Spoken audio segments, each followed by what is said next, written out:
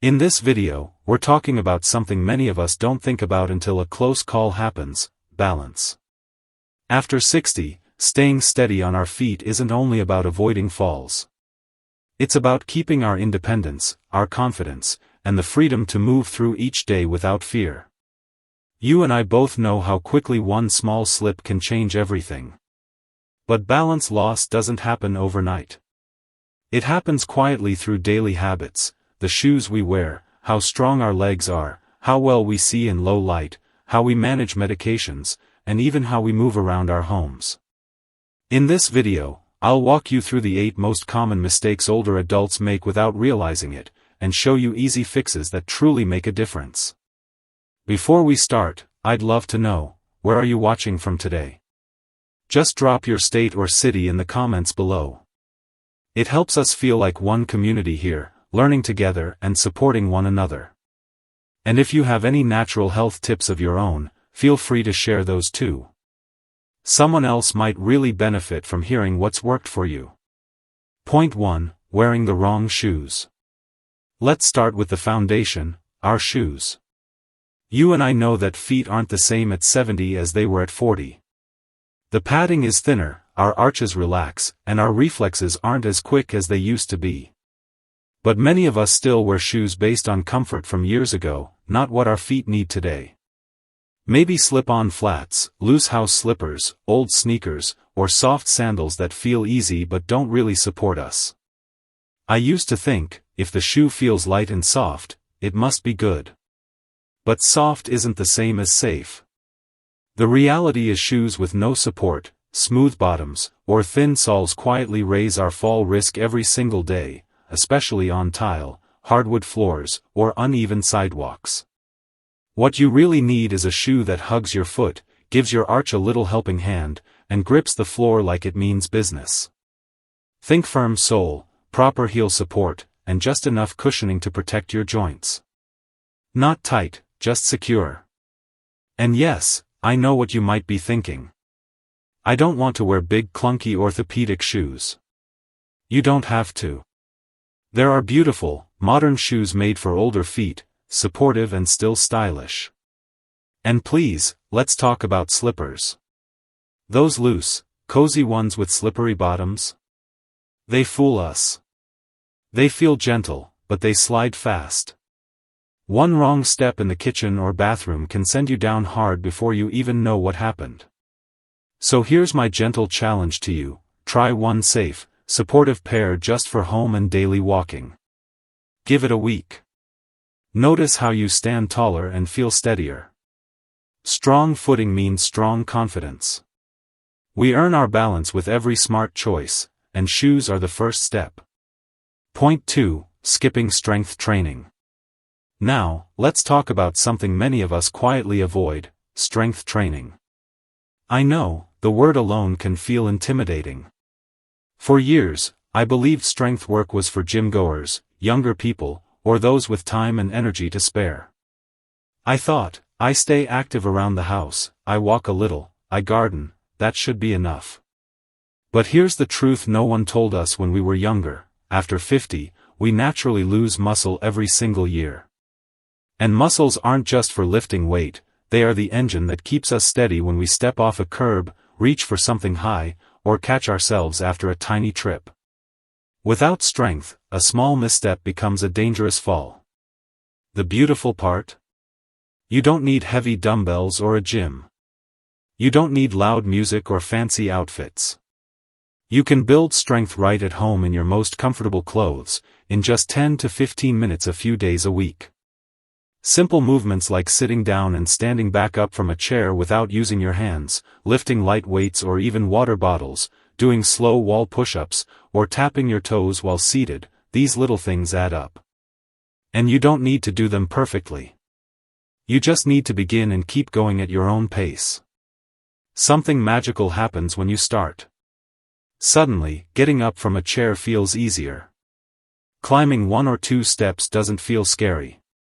Carrying groceries feels manageable again.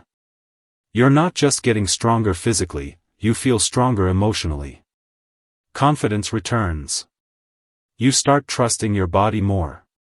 You move with more control and less fear. Point 3. Ignoring vision changes. Let me tell you something many people don't realize: balance isn't just in your legs or your muscles. It's also in your eyes. Our vision guides every step we take. It helps us judge where the floor begins, how high the curb is, where the edge of a rug sits, and how close that table leg really is. When eyesight starts to change, even slightly, it can quietly affect balance without us noticing.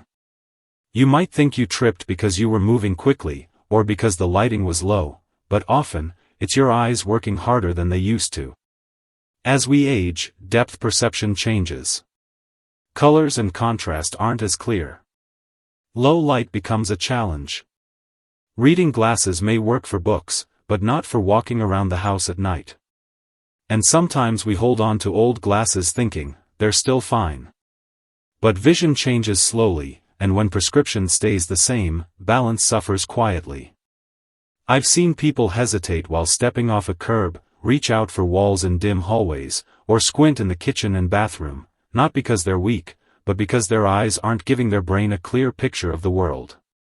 Here's something simple that works: keep your glasses clean, update your prescription once a year, and don't ignore blurriness, shadows, or fuzzy edges. And lighting matters, more than most people think. A plug-in nightlight in the hallway, a brighter bulb in the bathroom, and a small lamp near the bed can change everything. You don't need harsh lighting, just gentle, warm lights that help your eyes navigate safely. Point 4. Overlooking medication side effects. Now let's talk about something many older adults never connect to balance: medications. We trust our doctors, we follow our prescriptions, and we do our best to take care of our health. But as our bodies change with age, the way we process medicine changes too. A pill that worked perfectly when you were 55 may feel very different at 70. And some medications, even the common ones for blood pressure, sleep, pain, or anxiety, can quietly cause dizziness, lightheadedness, or slower reflexes. Not because anything is wrong with you, but because your body is more sensitive now. Sometimes it shows up slowly. You stand up and feel just a bit unsteady. You turn too quickly and need to reach for a counter. Or you notice a cloudy, floating feeling in your head that you brush off as just tiredness. It's easy to say, "Oh, I'm just getting older," and ignore it. But sometimes it isn't aging, it's your medication talking to you. And the tricky thing is, when you take more than one medicine, plus vitamins or supplements, they can quietly interact and affect balance more than we expect. There is absolutely no shame in paying attention to this. In fact, it's smart and responsible. If you've noticed new dizziness or more unsteady moments after starting a medicine or changing a dose, mention it. Write down when it happens. Bring a list of everything you take, even over-the-counter pills, to your doctor or pharmacist. Ask, could this be affecting my balance? You deserve clear answers. Point 5. Grabbing furniture instead of using a cane. Let's talk about something many older adults do quietly, even proudly: holding onto furniture, walls, and countertops while moving around the house. It feels harmless, right? Just a light touch here, a quick steady hand there. But here's the truth gently: when we start furniture walking, it means our body is already asking for support. We may not want to admit it. We may think, "I'm fine, I don't need a cane, I just need something to hold on to." But furniture is not steady support. Chairs slide. Tables shift. Counter edges aren't always where we think they are.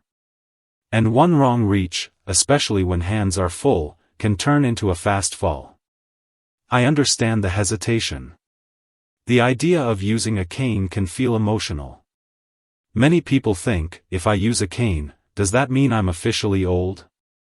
But using a cane isn't a sign of weakness. It's a sign of wisdom. It means you're choosing safety over pride, confidence over fear. You are protecting your independence, not losing it. A cane doesn't slow you down, it lets you move more freely, without scanning the room for something to grab. And let's be honest, modern canes are nothing like the dull, hospital ones we remember from years ago. Today, you can find lightweight, stylish, foldable, patterned canes that fit your personality. Floral, sleek metal, wooden, whatever makes you feel good. The right cane can feel like a helpful friend, not a burden. If you've noticed yourself reaching for furniture more than before, or feeling nervous carrying laundry, walking to the mailbox, or getting out of bed, consider trying a cane indoors first. Just a gentle test. See how steady you feel. You might find your shoulders relax. Your steps feel smoother. And most importantly, you breathe easier knowing you are supported. Point 6. Avoiding balance exercises. Now let's talk about a habit many of us never learned growing up: practicing balance. We were taught to walk, to run, to climb stairs, but no one ever said, keep training your balance as you age. So most of us don't think about it until suddenly, standing on one foot feels shaky, stepping sideways feels uncertain, or walking on uneven ground makes us nervous. Balance isn't automatic forever, it's a skill that fades quietly if we don't use it. But here's the encouraging part: just like muscles, balance can be rebuilt at any age. You don't need to join a class full of younger people or push your body in ways that feel uncomfortable. Gentle, steady practice works beautifully. Start small, really small. Try standing on one foot while holding the back of a chair. Practice walking heel to toe in a hallway, like you're walking on a line. When you get out of a chair, focus on rising slowly and placing your feet firmly before you walk. These little moments add up, and they teach your body to react faster and hold you more securely. I've seen people stay stuck because they fear the wobble, that moment when your body trembles trying to find its balance. But that wobble isn't failure. It's progress. It's your body waking up, reclaiming its strength, relearning control. And the best reward? The day you realize you got out of a chair with no hesitation. The day you walk across the kitchen without reaching for the counter. The day you notice you feel sure-footed on your morning walk again. Point 7. Not drinking enough water. This one might surprise you. We usually think of water as something we drink when we feel thirsty, not something connected to balance. But as we age, our thirst signal becomes weaker. That means you may not feel thirsty even when your body truly needs water. And when you're even a little dehydrated, your body can react in quiet but dangerous ways: dizziness when you stand up, feeling foggy, weaker legs, slower reactions, or that sudden lightheaded moment when you turn your head too fast. Many people blame these sensations on age, when really, the body is simply asking for hydration. Think about your daily routine for a moment. Morning coffee or tea, maybe another cup later, perhaps little sips throughout the day, but not always plain water. Caffeine can actually make your body lose fluids faster. That means if most of your drinks are caffeinated, you may be losing more water than you're getting. Not enough water means your brain and your muscles aren't working at their best, and balance becomes harder without you realizing why. The good news? You don't need to drink gallons. Just steady, gentle hydration through the day. Aim for about 6 to 8 cups of water, and yes, herbal tea or warm water with lemon counts too. Keep a glass near your favorite chair. Put a bottle beside your bed. Take small sips often instead of big gulps here and there. Make it easy for yourself. People who start drinking more water often say, "I didn't know my body could feel this clear again." You feel steadier, more awake, and more in control. Your joints move easier. Your mind feels sharper. And yes, your balance improves almost instantly when your body is hydrated. Point 8. Living in a fall-friendly home. Let's finish with something very close to home: the house you live in every day. Our homes are full of memories, comfort, and routines. We know every corner and every step. But with age, the same familiar space can quietly become risky without us noticing. It's not because the home changed, it's because our bodies did. A rug that never bothered you before can suddenly catch your foot. A dim hallway you once walked through easily can feel unsteady now. A bath mat that shifts just a little can turn into a slip when you're tired or in a hurry. This isn't about fear, it's about smart preparation.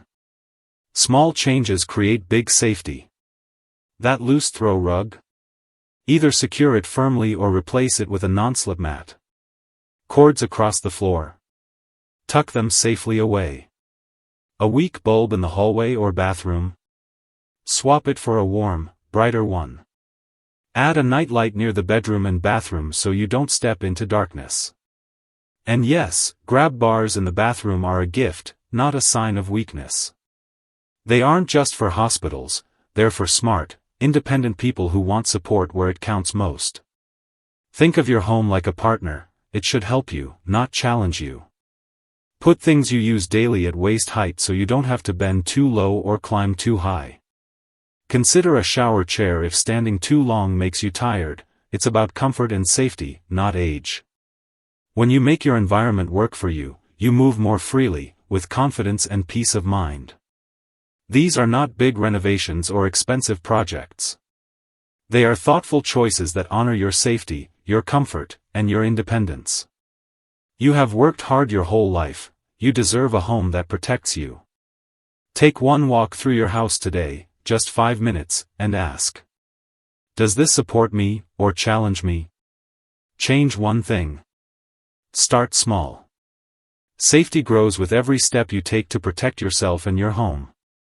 As we come to the end of this conversation, I want you to pause and notice something important. You didn't just listen to balance tips today.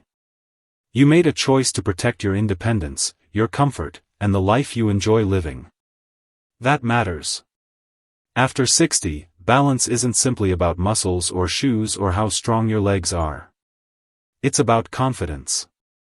It's about waking up each morning knowing you can move through your home, step outside, cook a meal, visit family, enjoy a walk, and do it all without that quiet worry in the back of your mind. What if I fall? What we talked about today isn't complicated. It's everyday life, your shoes, your strength, your eyes, your medications, the way you move, the water you drink, the home you live in. Small changes, gentle habits, a little awareness, and suddenly, life feels steadier. You begin to trust your steps again. You breathe easier. You stand a little taller. And you keep living the way you want, not the way fear tries to force you to. Aging doesn't take away our dignity or ability, unless we let it. You still have strength left to build, wisdom to use, and a body that responds beautifully when you care for it with intention. One slip does not define you. One unsteady moment does not mean you're losing control. It simply means it's time to support yourself with kindness and smart choices. So today, choose one small action, better shoes, one balance exercise, a glass of water, a brighter light, a safer rug. Just one. Little by little, you'll feel it, the return of stability, the return of confidence, the return of freedom in your step. I'm proud of you for being here. Keep taking care of yourself. You deserve every steady, confident step ahead.